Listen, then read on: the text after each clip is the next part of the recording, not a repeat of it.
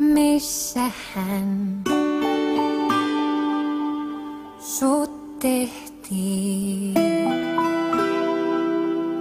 Tähtien tuolla puolella muovailtiin huolella,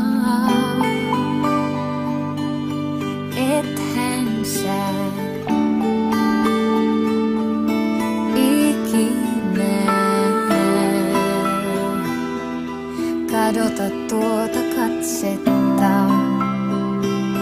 Miten se vielä kantaa voi?